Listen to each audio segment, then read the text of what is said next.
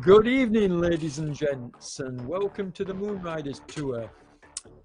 We're on stage 4 on the Isle of Wight tonight with a 32-kilometre round, almost 700 metres of climbing, and of course I'm your commentator for the evening. So we'll see what happens, but I'm looking forward to this one because I think you can see from the graphic it's another one with a steep finish, a bit of a kicker at the end, so we'll see what happens tonight, whether it's a similar kind of stage as we had in stage 2, but yeah, it should be a good one tonight. Here we go. So Wight is still leading the field, as you can see, with 545 points, but Gav has now moved up into second with his third place last week, so Gav's looking good as well, but there's everything to play for, because what you have to remember, folks, is that this is a 6-event series with 4 to count. So people can drop their two, I won't say worst, but their 2 least productive stages, or ones that they've missed, and still put in their 4 best ones.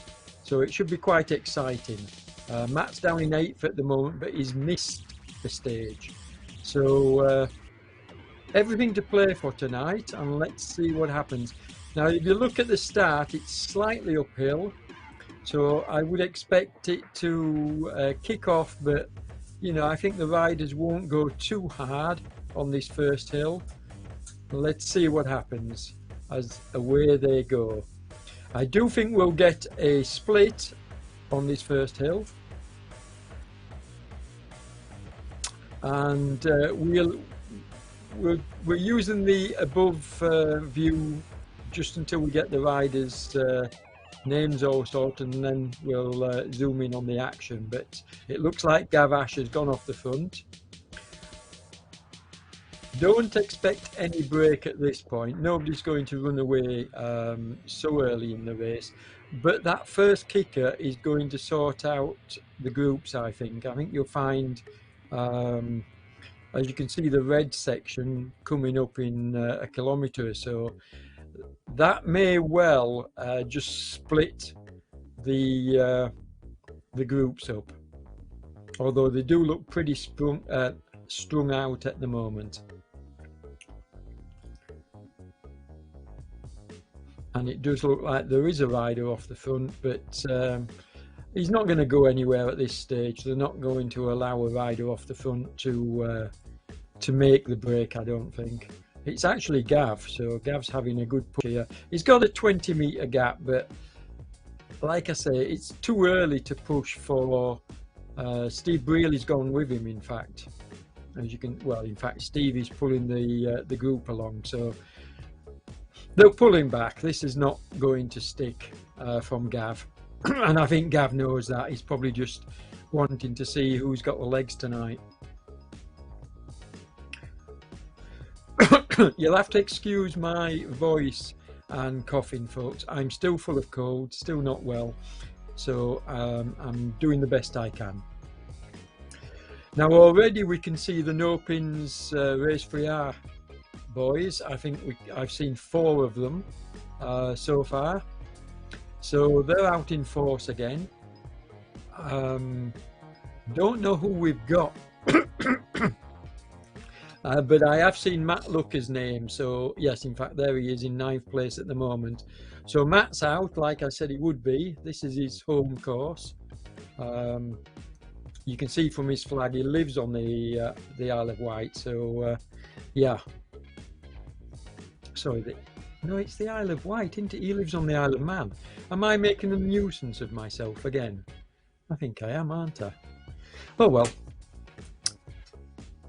Well, that was a shame, because I thought it was the Isle of Man, and of course it's the Isle of Wight. So apologies, folks. Whatever.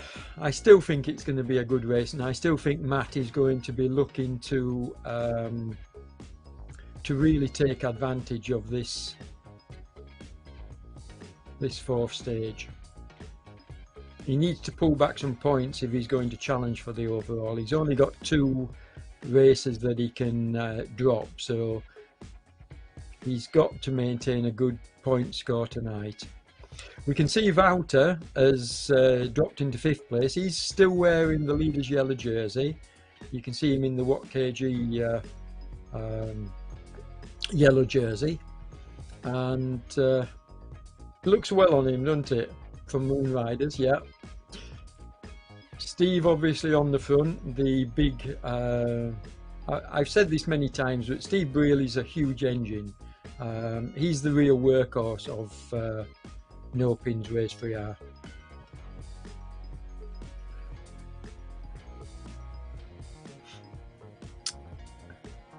We've got Samet. He's a good rider, often drops off towards the end though, so he tends to and I hope he won't mind me saying this, but he does tend to give everything early on, and then later in the race I've noticed he drops off a little. So will he be able to stay with the action today, as we watch Griffiths pulling them along on the front? But this is the first section of downhill. It's only very short, and then they're into another hill. I won't call it a climb. It's not long enough to be called a climb. But then they get into a rather settled section. They've got a bit of a downhill, then they get into a rather settled section along the valley for a good few kilometres. So it's undulating, but nothing really to worry the riders once they all group up. And I do think that will be the tactic. I do think they will group up and probably stay together. I don't know what the team tactics will be here from No Pins. They may well decide to play the same tactics they did in the first stage of the tour, which is to send men up the road and get people chasing. But it looks like other riders are spoiling that plan, even if they did have it. Like we can see Griffiths here going off the front, but and some up following, but they're not going anywhere, folks. Trust me. This is way too early with this valley floor to ride along. Way too early for a break. And my guess is, and to be honest, it's not rocket science. My guess is that the group will more or less stay together until we hit that climb at just over the halfway point that you can see, that red section. And that's where I think it will really kick off. It's not a long climb, but it's reasonably steep enough for the stronger riders to whittle down this group. I say whittle down because this group will definitely whittle down prior to that. They'll push the pace, they'll work together, and slowly but surely you'll see this large group, which is together at the moment, become a war of attrition, and riders will slowly but surely drop off the back. That's the usual tactic. Most riders can't maintain this heavy pace. You can see, you know, almost all the top 10 riders are putting in threshold efforts. Threshold effort, folks, for those that are new to the broadcast and not sure what I'm talking about, threshold efforts are when the figures that you see on screen next to the riders go red, and that means they're basically working above their FTP, functional threshold power. And it's a sign that, you know, they can't stay there too long. So yes, they can raise the power, as we have a look at Henry Fowle, the youngster from Welwyn Garden City. Moon Riders. And Henry will just be wanting to sit in the group, try and help his teammates here. We've got Daniel Shock there from Moon Riders as well. He's hoping to be there with Wouter, but you know, it's a very fast pace that's set in here, and let's see how many of these teammates are actually able to stay with the action. I mean, Daniel's got up and joined his teammate Wouter, but you can see he's in the red. He's 7.6. Sorry, no, that's Casper. So Casper's jumped off the front, putting in a 7.6 watt kilo effort, and now he's just easing back. He's easing off. As I say, I think at this early stage, the idea is to just see who's got the legs, see who will chase. So test the riders behind. He's eased up, look, you can see he's only doing 2.8 now. I say only, that's a good pace, but there he is. You get Daniel going whizzing past him, but so that wasn't an effort by Casper to break away. It was more, as he looks behind him, but it was more a case of, okay, who's got legs tonight? Who's feeling strong? Casper is a class act. He's doing well in the standings as well. So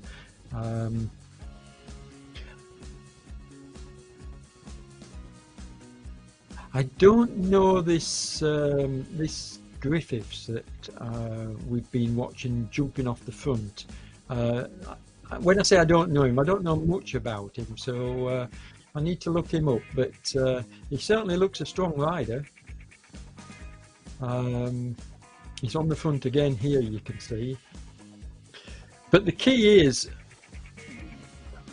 and something which I've noticed in the previous editions of this tour, it's the riders that tend to stay out of the limelight, stay off the front and just tuck themselves in the pack, hardly get noticed, and that definitely happened last week. When David took the win, Blodgett took the win, he was virtually unseen, and then came along and took the race. Sorry, not last week. That was I'm getting mixed up again. But yeah, the riders that like stay in the pack and are hardly mentioned, and then come to the front at the end of the race. It's pretty impressive. But it's way too early to call out tactics or anything else tonight. Well, not tactics, but to call out, you know, what's going to transpire, because this can go in different ways. I do think the stronger riders are going to stay together till they hit that first decent climb. And a couple of kickers in between might thin it down a little bit, but it's not until we get to that climb just after mid-distance that we're going to see, and we see Matt taking his first turn on the front. So Matt Looker. Nice to see Ryan. I don't know if we've got any pain cams tonight. Oh, we have. There he is on screen in his pain cave. I mean, Ryan, I am so impressed with the way that he rides these events. He was outside the top 10 last week and pulled back 2 places right in the last few meters.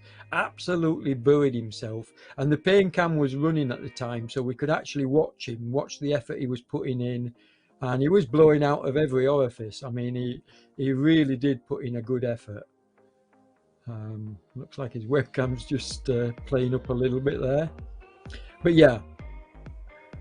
Having said that, he's now been distanced, so he's got his work cut out. He needs to get on the wheel, get on Lyndon's wheel. Here we go. Get on his wheel, get pulled back. Because Lyndon Poco is a strong workhorse as well. And Ryan, sure enough, look, has got on his wheel, so they may well get back to that group in front of them. As we watch Casper putting in another dig on the front. Another threshold effort, look, above threshold. So here we go. He's really trying to see who's going to do the chasing tonight.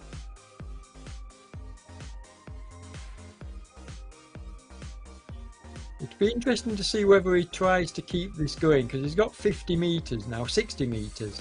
So it'd be interesting to see whether he tries to keep this going or whether he eases up and lets them come back to him. I mean, they're not really worried about this behind. Otherwise, you'd have seen riders really putting the power down. I think they're giving Casper a little bit of road.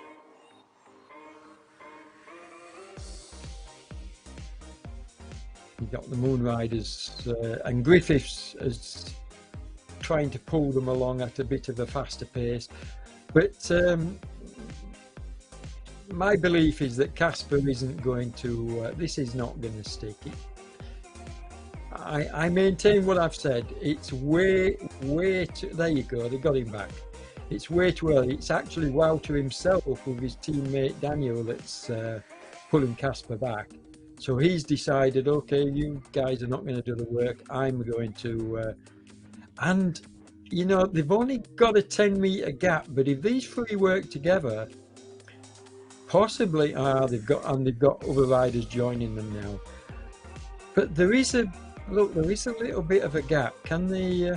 No. I was getting excited, thinking maybe they could push it, but they can't. This is not. The gap's not big enough. It's 10 meters to Samut in 5th place, but that's not enough. They need more than that. But they've got to be careful, because if they let a rider of Wouter's class and you know, a teammate like Daniel Schock go off the front and get 20-30 meters, they're going to be gone. Goodbye and thank you. They'll take the race. But it's back together. So who's going to have the next dig, I wonder? Casper, once again, he does like to push off the front. And very, very quickly, look, he's got content gone with him this time. I don't know which team Casper rides for. Casper Hedidum. If anybody's listening and wants to comment on the Facebook comments, please do so. What team does Casper ride for?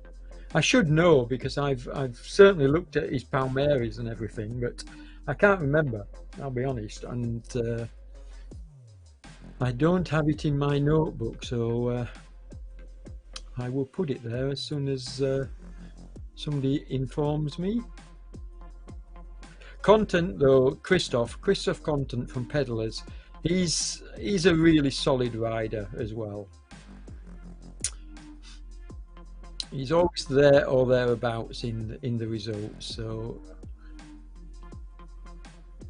but it's this Griffiths I'm wondering where he's come from. And last week we had a rider from No Pins Race for R turn up, and he was definitely a class act. Took the win, as we see Matt this time going off the front. But again, he's not really, you can see, I'm saying, look at his wattage, he's putting in 500 watts, so this is a determined effort off the front, but yeah, the group is pulling him back. I mean, Wouter is shadowing him without a shadow of a doubt.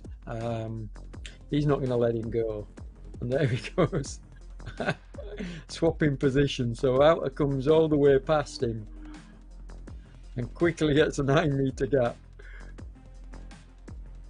This is classic stuff. They're going hammer and tongs at this, aren't they?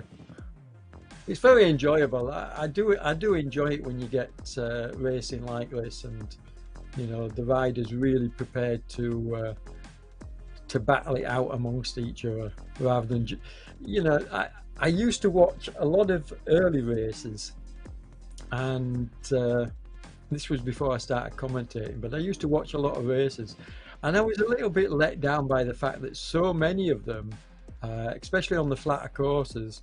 The riders would sit in and then leave it to the sprint in the end, which sprints are exciting. But, you know, I like to see this. I mean, they're on the rolling terrain here in the valley, and look at what's happening. They're really trying to break each other apart. A bit of a kicker here as we go up this 6%. And Casper pulling them along on the front, but everybody's here. Everybody that matters is here at the moment. So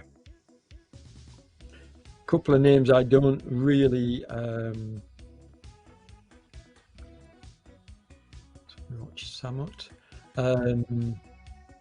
really recognise, but I'll do my homework later.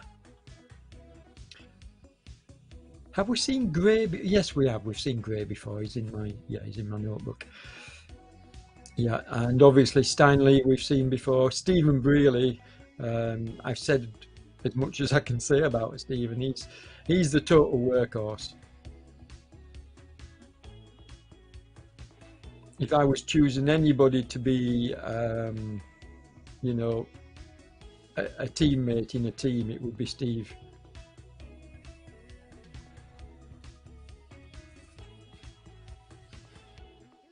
Sport rider, I meant, you know, teammate, sport rider. He's just so strong. This is our first look at Stanley. As we switch to Daniel Shock.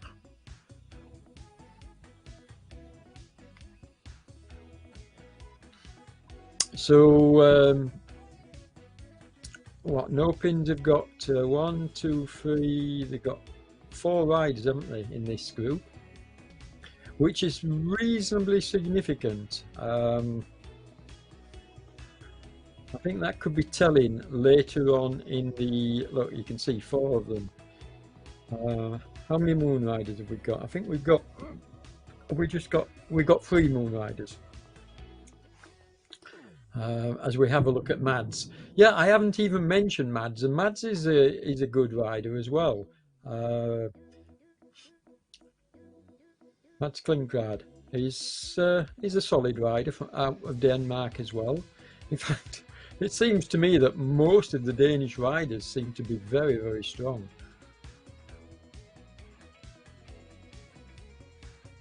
Must be the wind they've got up there. I'm living in the Netherlands, and we don't have hills, but we have the wind, and boy does that make you strong. And Gav Ash is just doing the right thing by sitting in. Look, he's just, you know, he's hardly ever been on the front now since all this action kicked off. He's just, yeah, he's just sitting in, saving energy. Good tactics. He'll be there at the end, trust me. And Matt is doing much the same. He's doing his turns on the front, but he's also, you know, taking nice recovery as his teammate Steinle on the front pulls them along.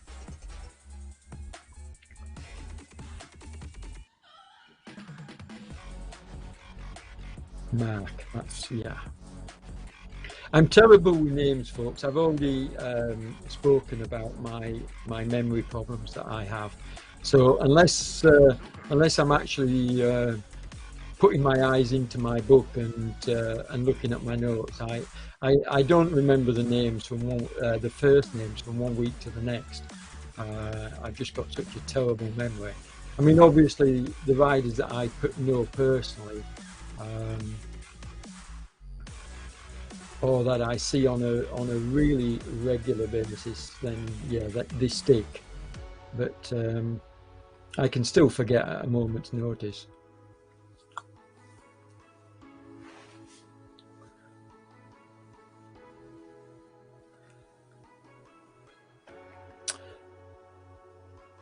So it looks like I've called this fairly well for the time being, and that's. I said that the group would more or less stay together until we get to this this mid-distance climb. well, it's just after mid-distance. What are we now? We're almost at the halfway point. So the climb comes just after halfway, and I think that's going to be, how many have we got in this group at the moment? I mean, there's a little bit of a gap here, but this is almost all together. You can see, and it's a huge group. But this will most certainly be whittled down on this upcoming climb. And they need to, as we've got Daniel and Wouter, they've got 25 meters here. That's not going to be enough. And the group behind are chasing. So yes, they're pushing along strongly, but this is not going anywhere. I think I can safely say that. This time, I mean, who's to say this isn't weakening some of the riders behind? Having said that, they're pushing it out, you know, they've got 32 meters now. So they need to pull this back, because my guess is if Wouter can stay with his teammate Shock and get onto the climb and put in a really big effort, if they get up to the top of the climb with what they've got now, 40 meters, they're gone. They're gone if they get to the top of this climb with 40 meters, because 40 meters behind the group will be on the climb, and the gap on the downhill will grow exponentially. I mean, it'll grow to 200-300 meters if these two get to the top of the climb first. And you can see, I mean, Wouter is so strong, he's really pushing on here. He's trying to get the maximum gap. The riders behind have realised and have started to pull it back, and they have to, because if they got to the top of that climb with a decent gap, it'd be all over. So they're doing the right thing here. They're pulling it back. Here you see Matt Looker getting on the front. They've got to, but it's now back out to 60 odd meters, you know. This is getting dangerous. This is getting very dangerous, because like I say, you can see when it goes slightly downhill like it did there, the gap opens up.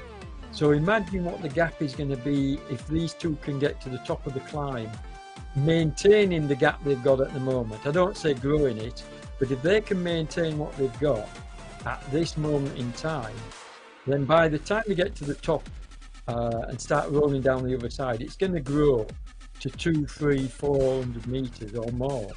So now, is Wouter easy enough? No, he's still doing 5 watt kilos. So he's not easy enough at all. But the group behind are putting in a bit of an effort, and they've pulled it back slightly. Exciting stuff, folks. I make no apologies if I do get a little overexcited, because I really enjoy this kind of racing. And we've had this almost every stage. I mean, it's been, the first stage was wonderful. The team tactics from no pins was fantastic to watch. But the second and third stage were also really, really nice stages. Now, Daniel has dropped off the back, and what he will try and do is he will try and slow down the group behind. So he'll try and stay on the front of them, but just sort of like ease up gently. I don't think they'll have any of it. I think, yeah, there you go. That is a valid tactic, but what's happened there is Daniel has tried to slow the group down, and they've just said, you know, beggar you, we're going straight past you. And that's what they've done. So they've gone straight past him because they want to keep the pace up, and they are closing Wouter down here. And in fact, Wouter's, I think he's realised that his game's up here. He needed that 40, 50 metres at the top of this climb, and he's not going to get that. They've got him down to 20 now, so he's not going to get his 40, 50 metres. Had he done so, I genuinely think he might have stayed away. But and now the question becomes, Something which I talk about a lot in my broadcasts is riders burning matches. And basically, every rider sets out with a box of matches, um, basically powering the legs. And every time they burn a match, it's one less in the box. And by the end of a race, if you've burnt all your matches, you've nothing left to finish with. Now the question is going to be, how much has that taken out of Wouter? Can he recover? They're on the climb now, so he's not going to recover on the climb. You can see the next section after the climb of the groups all together. That's a good opportunity to sort of like sit back and relax. But surely the likes of there's 4 no-pins riders. Their tactic has got to be, once they get over the top of this hill, or mountain, or whatever it is, slope, once they get over the top of this hill, no-pins have got to start working Wouter over. They can't allow him to recover in the pack, because if he does, he's going to be as strong again at the end. They've got to try and work him over. And with 4 riders, there's no reason why they shouldn't be able to do that. So let's see how they play it and what happens. I mean, Gavash is not going to pull away here. Yes, he's a very strong rider, but with only like a 14-meter gap, that's not enough. Having said that, he's starting to grow it, but no, they're going to pull him back here. They're not going to allow this gap to grow. Because if they do, you know, a gap can open significantly once you crest the hill. If you've got... You need to be careful. Gavy's still putting in 5 watt kilos here. He's putting in 6.9 there. Just as he crests the 10% section, look. So this, I did say it went steep at the end, and it's gone up to 10.7. I think that's probably about the steepest part of it. There you go, as he's now rolling down the other side with a 23-meter. But watch this gap grow.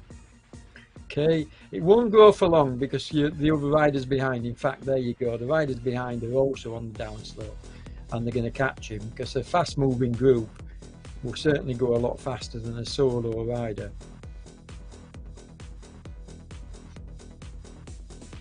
But as he gets onto the blue section and they're on the green section, then yeah, he opens up a little bit of a gap.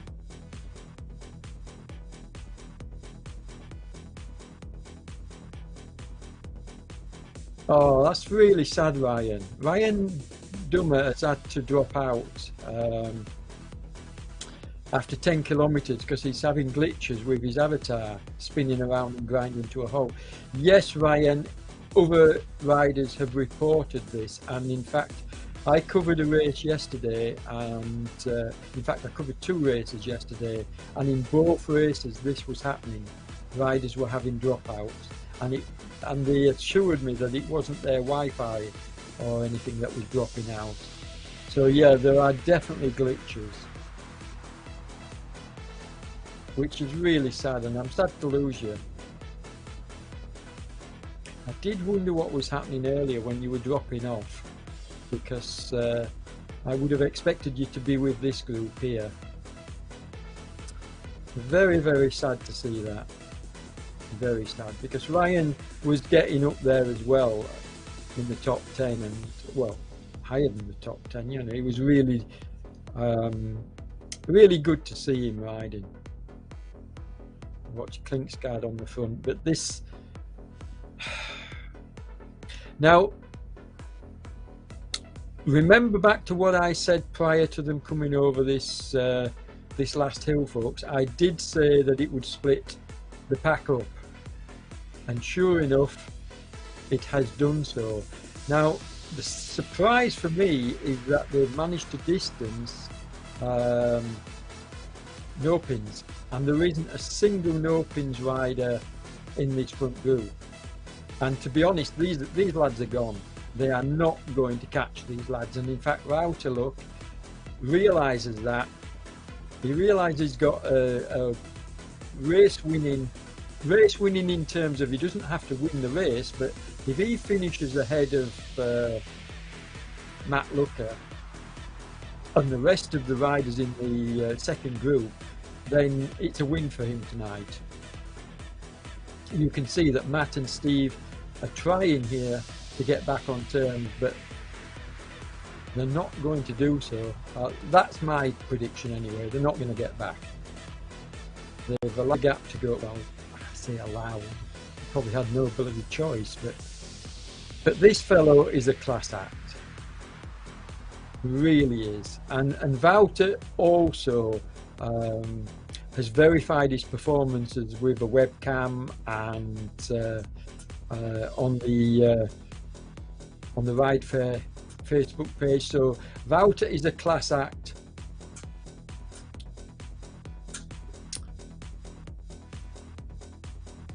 And I love to see him racing, actually. Will he keep this gap, or will the team behind him close up? As we watch, who's this we're watching? Samut. Haven't really covered Samut tonight.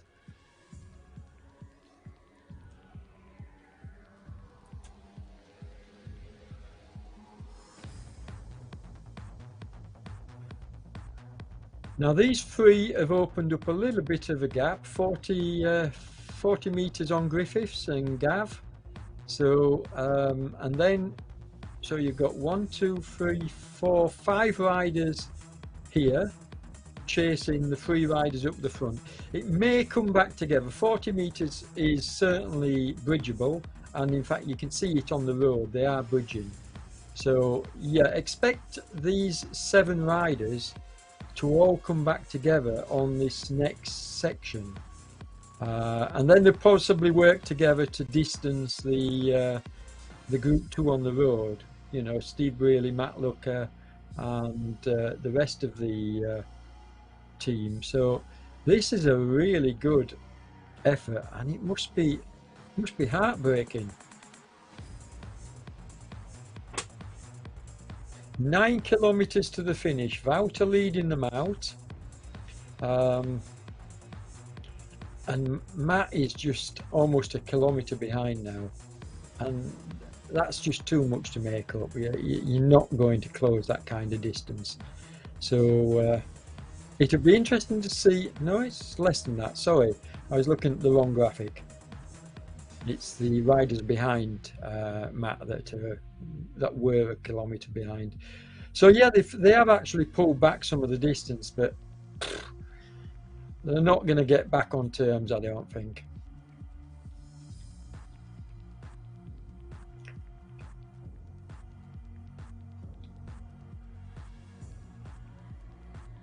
And nobody's really helping Wouter either. He's having to push on the front.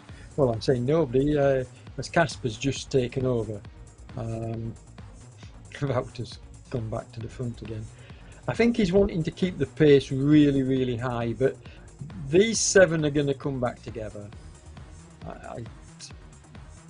I predict that anyway. I genuinely think that the 4 riders behind will catch these 3, and it'll end up being a nice, tidy, little tight group. And I've been known to be wrong before. We'll see.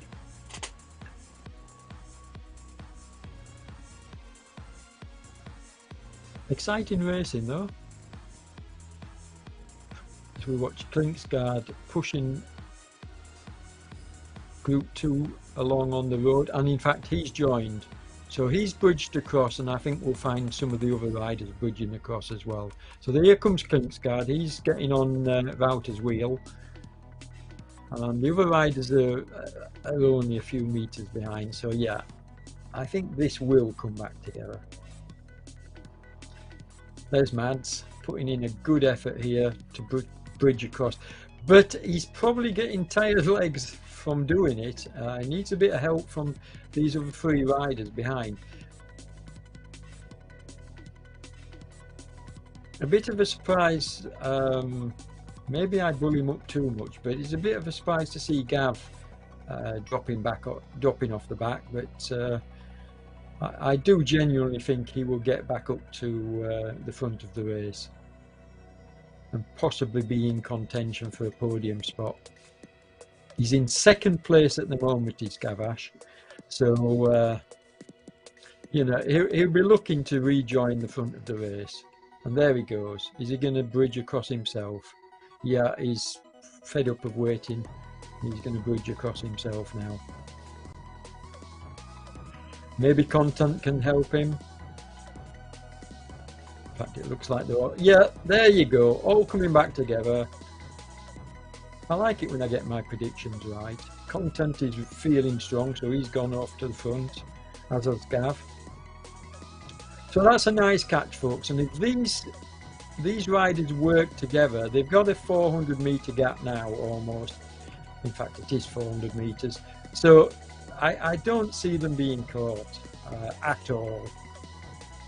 And now it's just a case of these 7 riders fighting it out amongst themselves.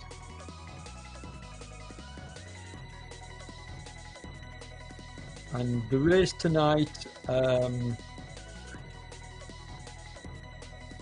I think it's going to be a close call between, well, the 3 riders I'm thinking will be fighting for the podium spots is Casper, the rider that's just jumped off the front. This is not going to stick, not at this point. But Casper's just jumped off the front. Gav, who's currently in third place, 4th place now, 5th place. Yeah, Gav is dropping back.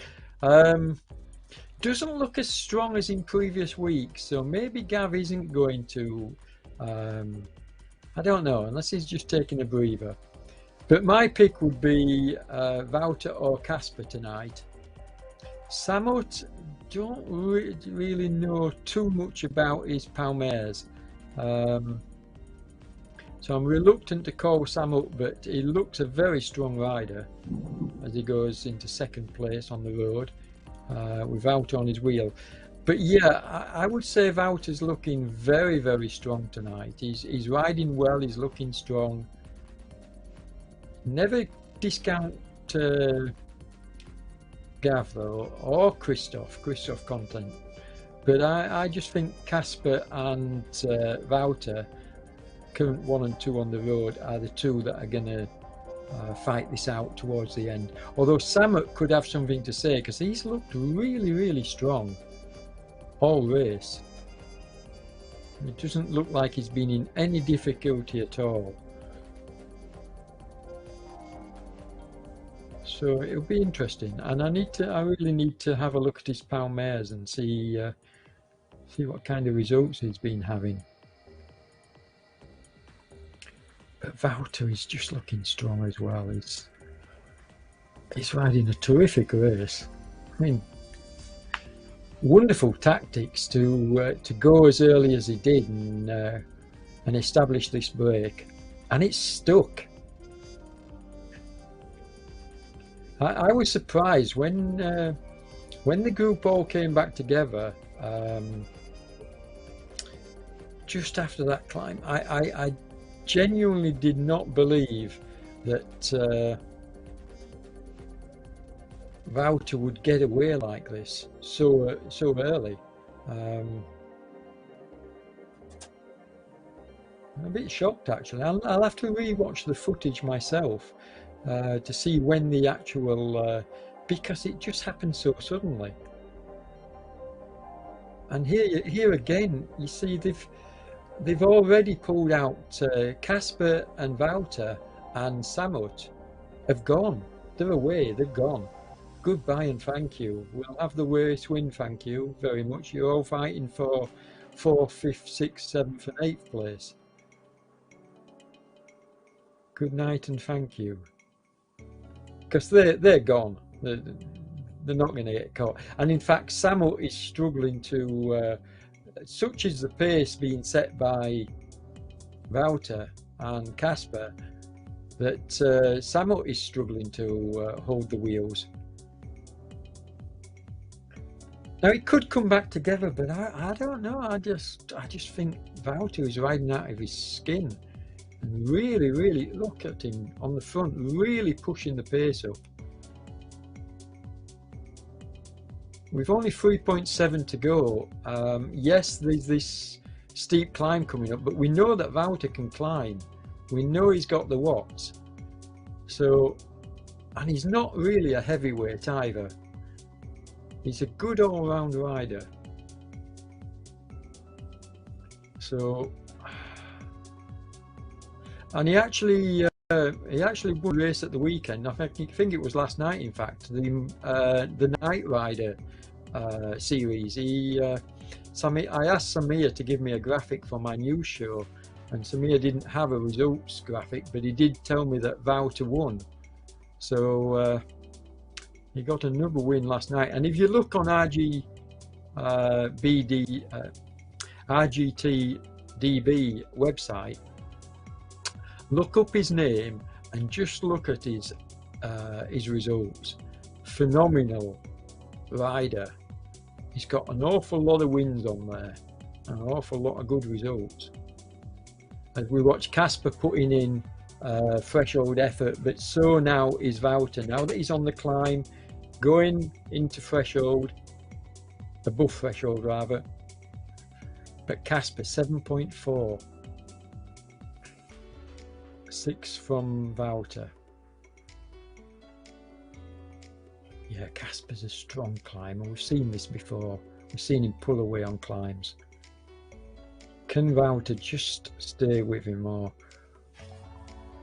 I mean, he'll be pacing himself. He'll know what he can do. But just look how steep this is, folks. 17%. Went up to 17.3 there, and you can see it on the road. You can, yeah. I mean, it's this is 10%, and this is the easy section. You saw it climb up there to 17.3. Look, there you go. Wow. So 2 sections of 17.3. I don't know if it goes any steeper, but that must be horrible. As we watch, Gav Asher's now moved into 3rd place. I did say he would probably get a podium spot. So have I called 1, 2, and 3? All right, I called Wouter as the winner and Casper in 2nd place.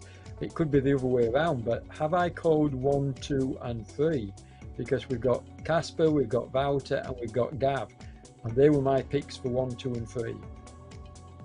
So, but it looks like the order could be changing around because Gav's catching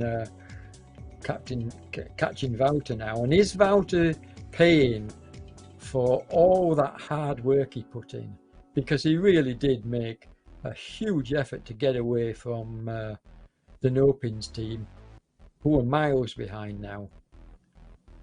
Yes, they've closed up some of the meters, they've closed up some of the gap, but they're not even in this anymore. 2.3 kilometers to go for Casper. And yeah, they're going to pull back some more meters, I would have thought, on this climb. But the race is basically, I think Casper's got this. I can't see him being caught now. He's got a 66 meter gap with 2.2 kilometers to go, and they're still on the climb. He's possibly got this, but Gav might have something to say. Gav is chasing hard and bringing the gap down, actually. Oh, wouldn't he be a great winner? Gav in 2nd place, if he could take the win here. And in fact, Wouter's been caught by Klingsgaard as well. So Wouter's falling back. Remember back to what I said about matches in the box, folks. And I said, would Wouter pay for his efforts later on in the race? And this is why I use the analogy of, you know, matches in a box, in a matchbox, and you only having so many. Because there's no doubt about it, Wouter is now suffering. He's now losing ground. Can he stay away? He's in 6th place, but he's losing ground very, very quickly here. Can he stay away from the Race for our team, the no pins team. This has changed around far more than I thought it would. I genuinely thought Wouter would have left enough in the tank to finish strong, but he's obviously burnt his matches too early in the race. I mean, brilliant tactic to drop the race for our guys, but whew. So you've got 9, 10 and 11 are the no pins race for our team on the road. The 120 meters behind, sorry, how far behind? They're about 100 meters behind 8th place, I think, so give or take.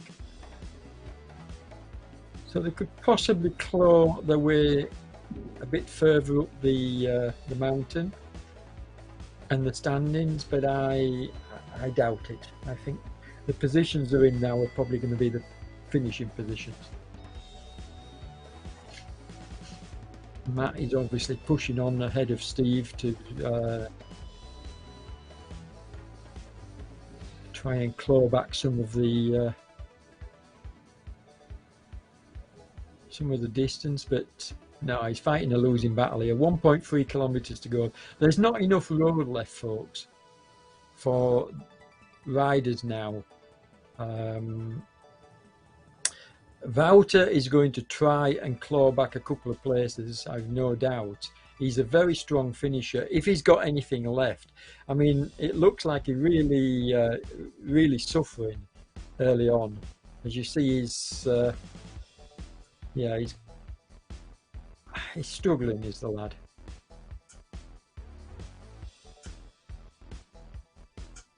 He's capable of higher, well, in fact he's going into the threshold now, but I reckon he's struggling. And just look, 19.6%. Oh, you cool man. Who's done this course? There we go. I mean, that's just insane. I mean, look at it. It looks like a wall. This is really going to hurt the riders. It starts to ease a little bit, but what? He's almost at the top now. I think it just goes through the banner, round to the left, and then it starts to drop. So not much more. Well, I'm saying drop. The gradient starts to drop. It's actually an uphill finish, so there's no let up in terms of you're climbing all the way to the end, but the gradient eases just as you go around this bend here, and you can see it, the graphic, 19.1% just on that bend, but it should start to ease off very soon. As you can see, he's almost at the crest of this hill, probably around this next bend, and it will start to ease. Wow. And he's got 100 meters, so Casper's got this. This is another good win from Casper.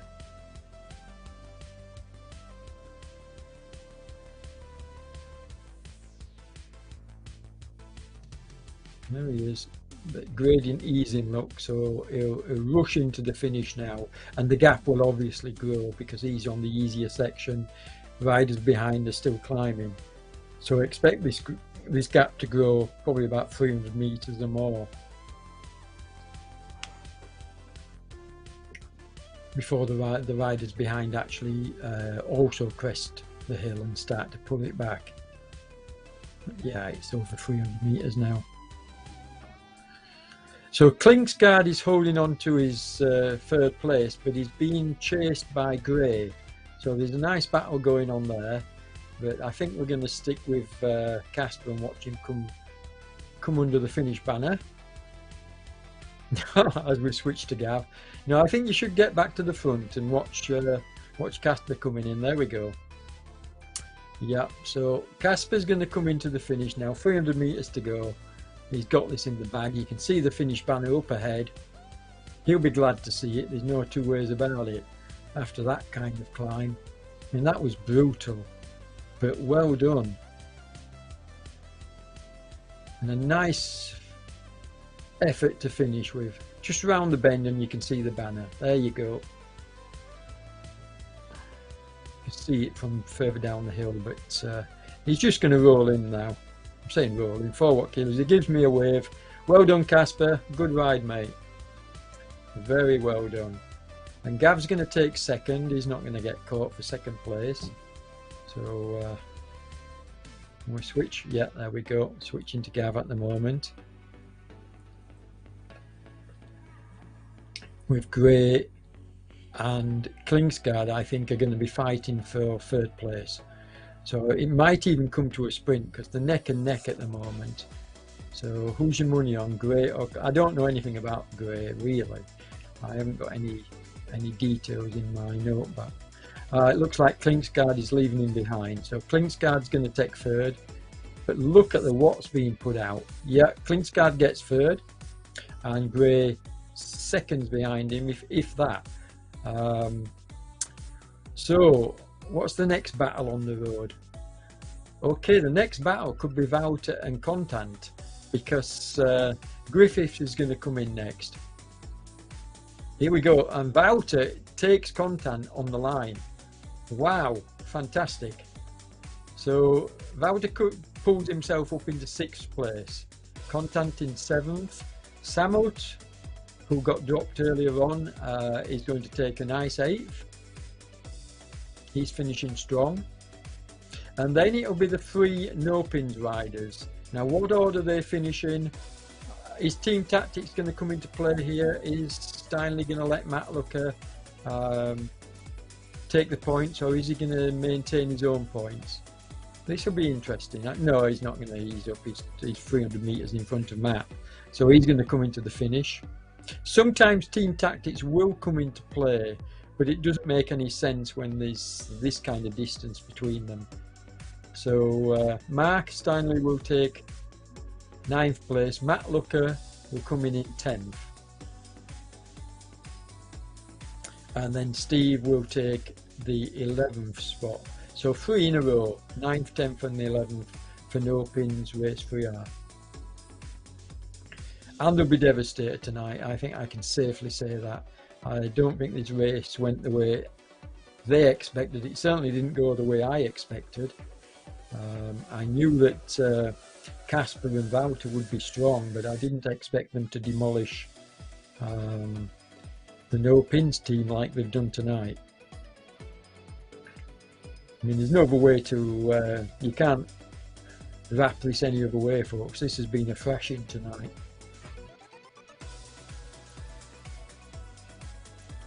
But there's time to bounce back.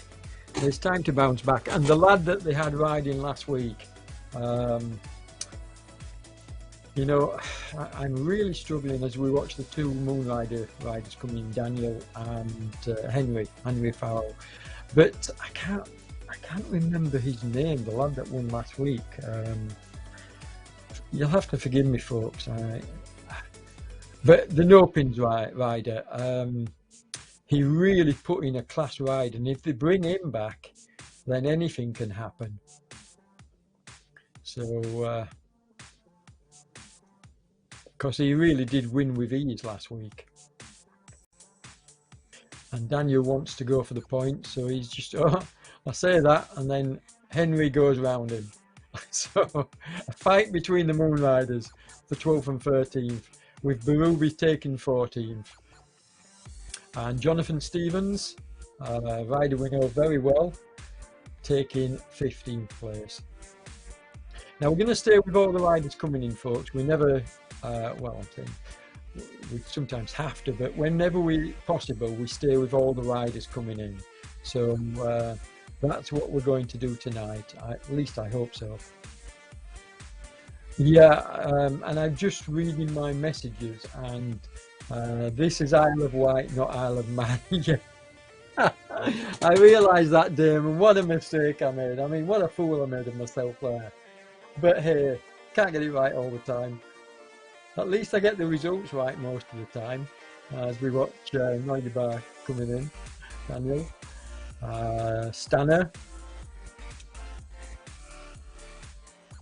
Yeah, I can't get it right all the time. Olaf, that's it. Olaf Stanner, yeah.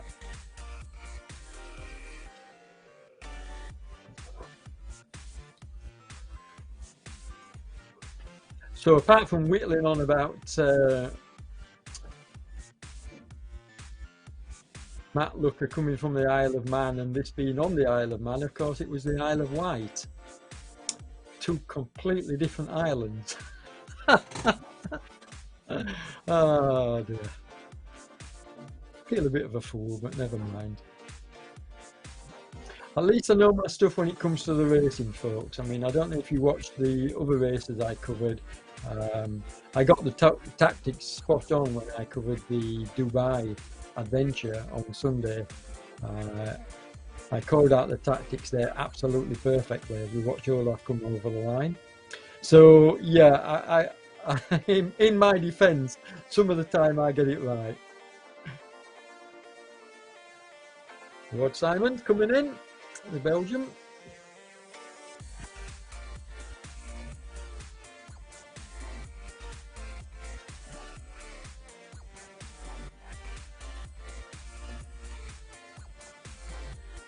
Cabramanca from Portugal. Pedro.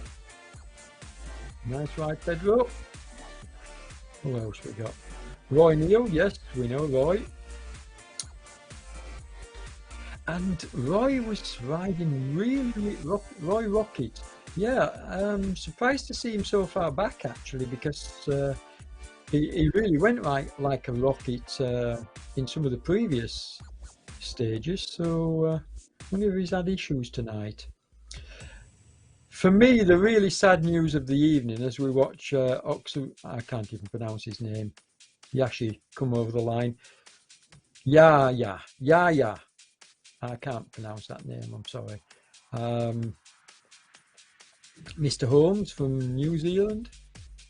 Yeah, Tim Holmes. But yeah, the really sad news for me tonight, and this is Ivor. Ivor Isafor, a rider we saw riding well at the weekend.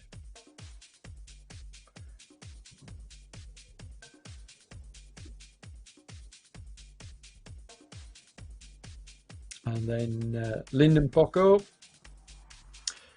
was riding very strong early on in the race, and then I think the pace just broke a lot of riders. And I said that is what would happen because the pace being set on the front by Wouter and the rest of the gang was just phenomenal. I mean, and it broke a lot of the riders early on. Eduardo, yeah, regular finisher.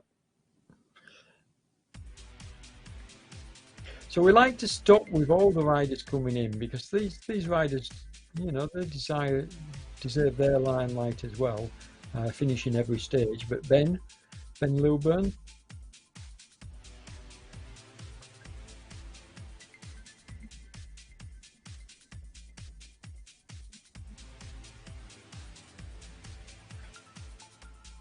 I like his team jersey. And you can see the graphics updating as the riders are coming in as well. So there's Ben over the line. And this is Robin Sanderson, being caught by Fox. Robin Sanderson, as I say. Are they going to have it? Is Robin going to take it? Yeah, Robin just keeps his 30th place, just holds off James Fox. I think this is Nick Walker from OTR. Neil, sorry Neil. Yeah, I should remember. Neil Walker, Lamont.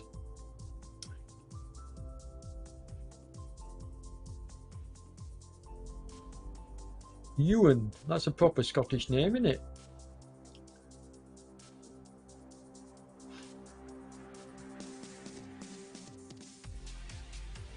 So yeah, for me, I tried to get my words out earlier, but the real shame tonight was losing Ryan Dummer, the lad that was on the pain cam, and he had technical issues. He had dropouts very early on, and he actually had to drop out of the race after 10 kilometers because I noticed him dropping back very early on, and I did wonder if he was having issues, because it's not like Ryan to be away from the action so early.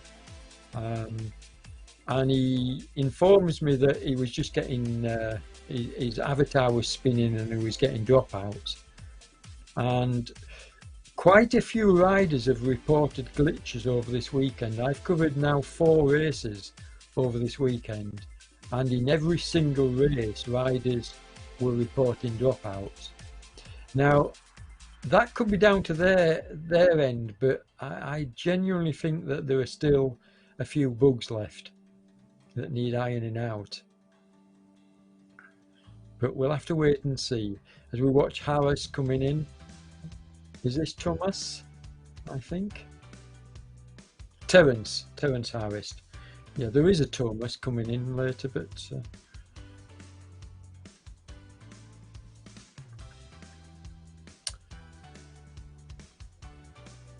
Thomas Helveg. Here we go. Danish rider.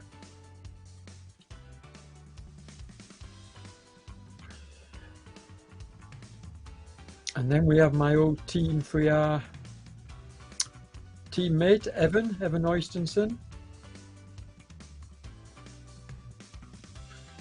I think he's just been spinning his legs tonight. He's a much stronger rider than this stage suggests, that's for sure.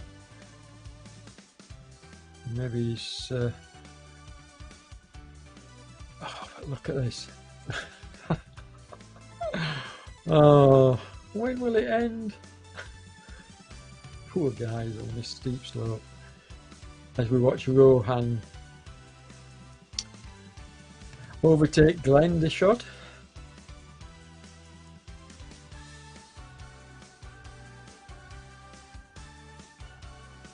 With a Belgian rider here. I don't know his real name.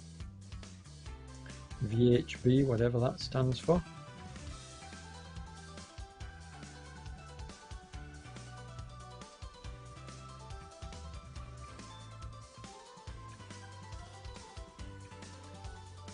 But he's obviously saved something to the end, because he's pulling out a nice gap on Glenn behind.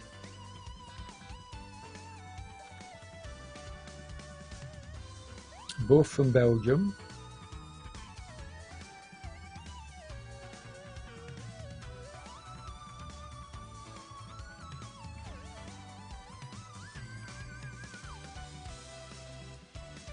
Anyway, while we're watching this rider coming in, the other news to tell you is that I'm going to be live streaming the 5th stage tomorrow night on my live stream. ZMS are not able to cover it, so I'm covering it. I'll kick it off nice and early. We'll log on nice and early and make sure that I've got everything up and running and smooth as silk before we actually start the broadcast. So yeah, I will definitely be online early tomorrow night to make sure that we get away with a good start and a good stream. We watch VHB coming in. And then switch to Glenn. And I think we've only got a couple more riders left now. Thank you, Nick. Appreciated.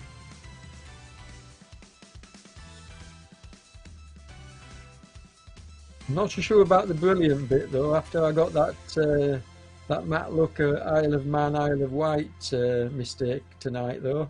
I'll never live that down.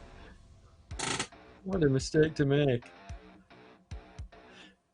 And this, I think, is the last of the Moon Riders. Andrew Goff coming in. So they've got lots of riders and lots of depth to the team as well. Well done, Andrew. Another Portuguese rider, Alves. We've seen this, David, that's his name. Yeah, I was just about to say, is it David? I remember from previous weeks. There was one particular stage, I don't know which one it was of the 3 previous ones, but there was one stage of this tour where there were more Portuguese riders riding than any other country. That's not been the case tonight. I mean, I don't particularly check, but you couldn't help but notice, because it seemed like every 4th rider was a Portuguese rider. As we watch Scott Criken coming in, he's another regular.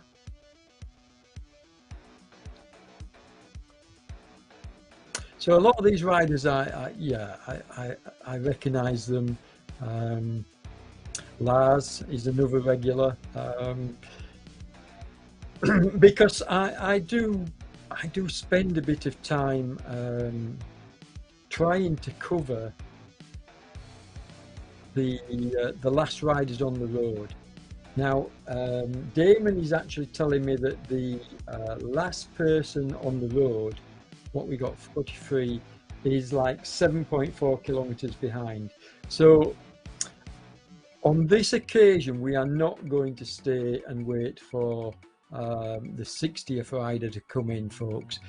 What we generally do is we generally try and capture all the riders coming into the finish, but when there are huge gaps, and sometimes it can be that the riders have had technical issues in this lot and dropouts, and I think, to be fair to us as broadcasters, we have to draw the line somewhere. You know, we have to cut it off somewhere. Now, we generally try and get all the riders coming in, but if we've got a big gap to the last riders coming in and we have to stay online like another 30 minutes or so to watch that rider coming in, it's not really doable. And Damon from ZMS is going into hospital tomorrow, which is why he can't do the stream. Hope he doesn't mind me mentioning that online. I need to get back to my family as well. I mean, so we're gonna wrap up the broadcast. I'll leave it up to Damon to decide when to wrap it. I'm ready to go now, Damon, if you want to wrap it. And I'll say good night to everybody when I see the credits coming up. So, your call, sir. Damon can obviously hear what I'm saying, and he's the one putting these graphics on the screen for you. So, but yeah, you have to realise, folks, we cannot always cover every rider coming in. It's just, and here we go. We're looking at stage 5, which I'm covering tomorrow. It's going to be a longer tour tomorrow, 42 kilometers. Not much elevation in that 42, so it's going to be a fast affair. Expect this to be something like a, you know, a team time trial, because I have no doubt 42 kilometers, we're looking at about an hour 15 maybe for the winners, maybe a little bit less if they're really pushing the pace along. But you can see it's a straight out route with few kinks in it, and it's going to be fast. There's no two ways about it. It's going to be fast. Hopefully the riders can recover, and the legs are going to be okay for tomorrow. And I look forward to seeing you. I'll be online in plenty of time, so and we'll see what other news I can report on from this tour tonight. Now, this video will go live on the Facebook groups, but I'll also do an edit and probably post that sometime in the very near future. And on that note, I'm going to say good night and thanks for watching. Please hit the like button. and we'll see you. What time are we going live tomorrow? 7:30 GMT, but I'll be online from about 7 o'clock or 1900 hours GMT tomorrow. See you then. Thanks all. Stay safe.